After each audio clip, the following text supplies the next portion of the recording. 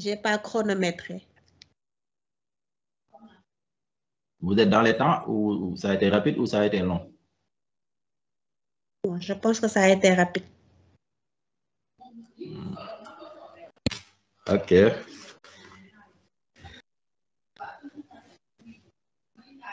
Qui a des remarques ou des questions? Mais grosso modo, ce que je vais te proposer.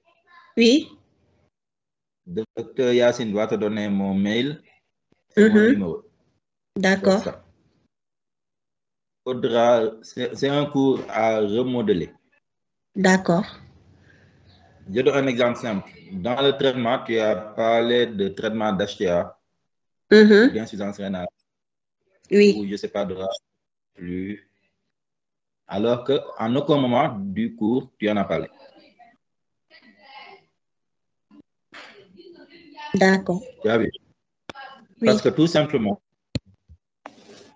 quand vous adoptez un plan diagnostique, œdème de type rénal, c'est un plan diagnostique.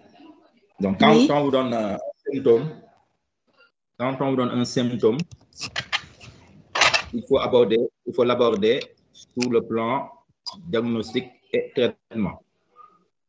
Mais dans le diagnostic, il y a un chapitre que tu as occulté, c'est le diagnostic de retentissement.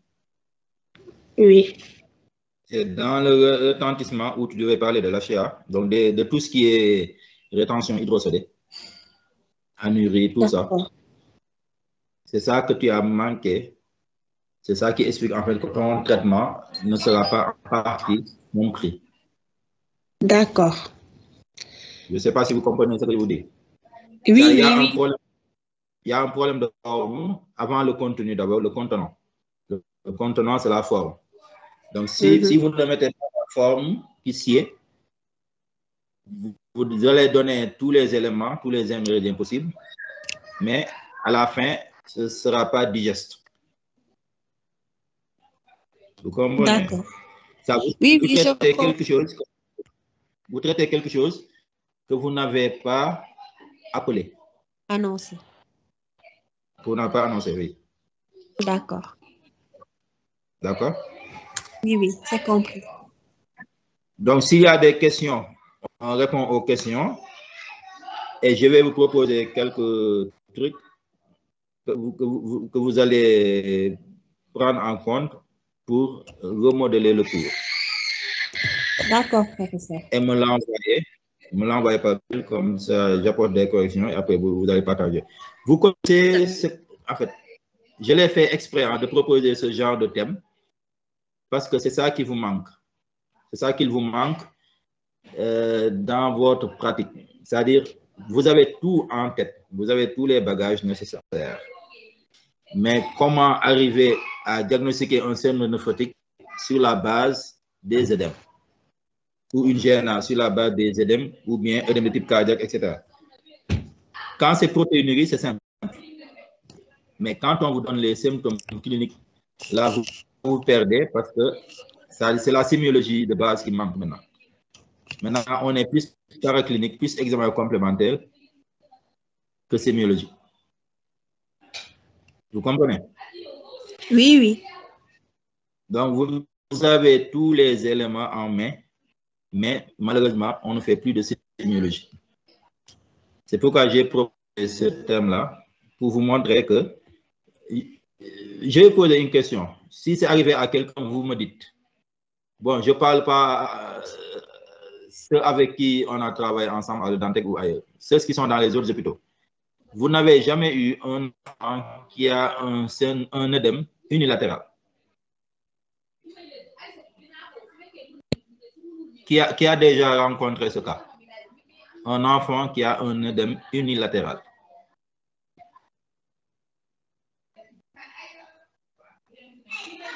Personne. Non, jamais. Non, non. Pas rénal. J'ai dit œdème. J'ai pas dit œdème de type rénal unilatéral. J'ai dit, est-ce qu'il y a quelqu'un d'entre vous qui a déjà eu à rencontrer un enfant qui a présenté un œdème unilatéral? Point. Je ne parle pas de l'œdème de type rénal. C'était quoi pour cet enfant?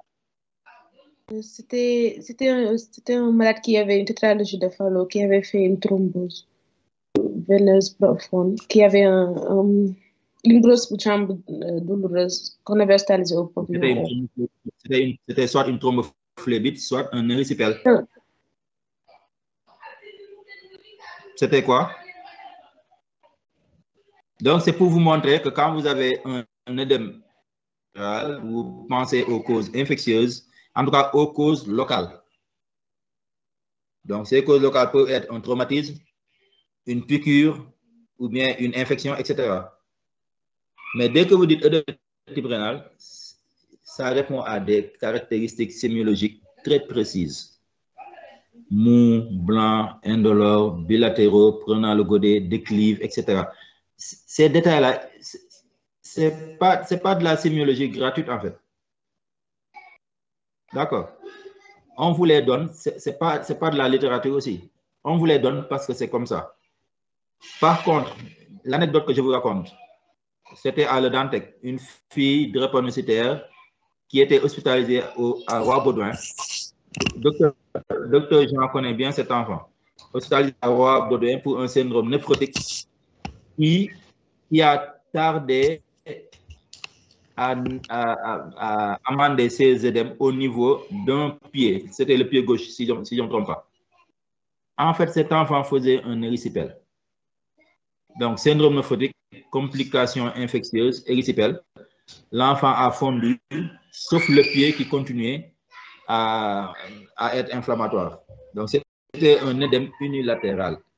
Et quand on l'a envoyé à Le Dantec, c'était un érysipèle. D'accord. Œdème de type rénal, c'est bilatéral, c'est mou, c'est blanc, c'est indolore. C'est pas inflammatoire, c'est indolore. Donc, c'est des caractéristiques qu'on vous donne qu'il faut appliquer à la lettre. Si vous avez une caractéristique qui sort de ce cadre-là, dites-vous que vous n'êtes plus dans un contexte d'œdème de type rénal ou bien c'est œdème de type rénal compliqué d'autres choses. Vous comprenez? Oui. La sémiologie, elle est connue, codifiée, ça ne change pas. Ce n'est pas parce qu'on est africain que ça change par rapport à un Européen ou bien à un Asiatique. C'est partout la même chose. D'accord? Par contre, je suis sûr que vous avez rencontré ce genre de cas. Un patient néphrotique qui vous vient en consultation avec un œdème plus marqué au niveau d'une paupière. Ou bien la moitié du visage qui est plus enflé que l'autre moitié.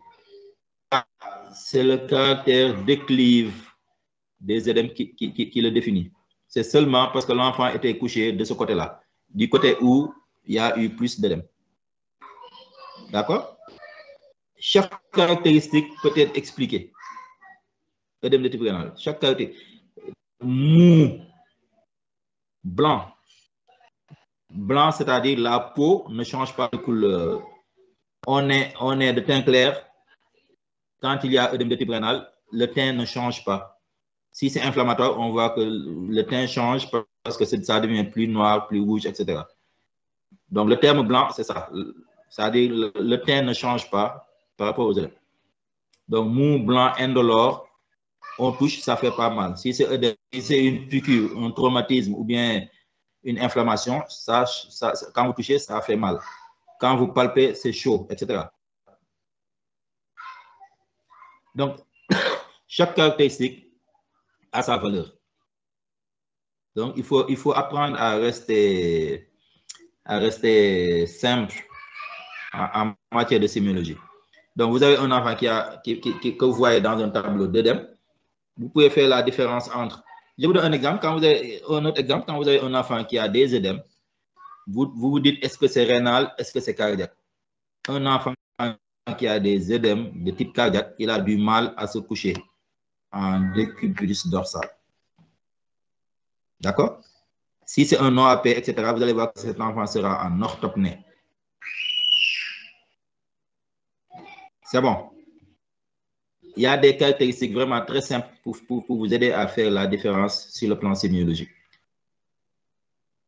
Donc, c'était un cours un petit peu piège pour vous montrer en fait que sur la base de la sémiologie clinique pure et dure, on peut arriver à faire le distinguo par rapport à beaucoup de pathologies